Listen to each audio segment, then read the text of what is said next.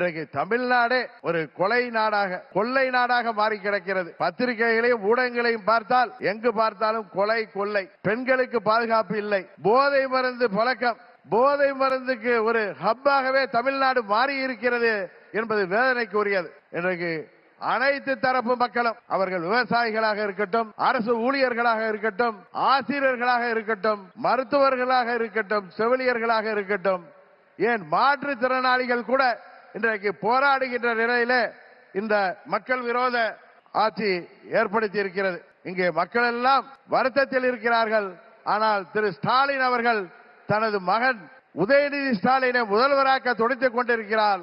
அதை, அந்த குடும்ப ஆட்சியை உறுதியாக நாம் முறியடிப்போம்.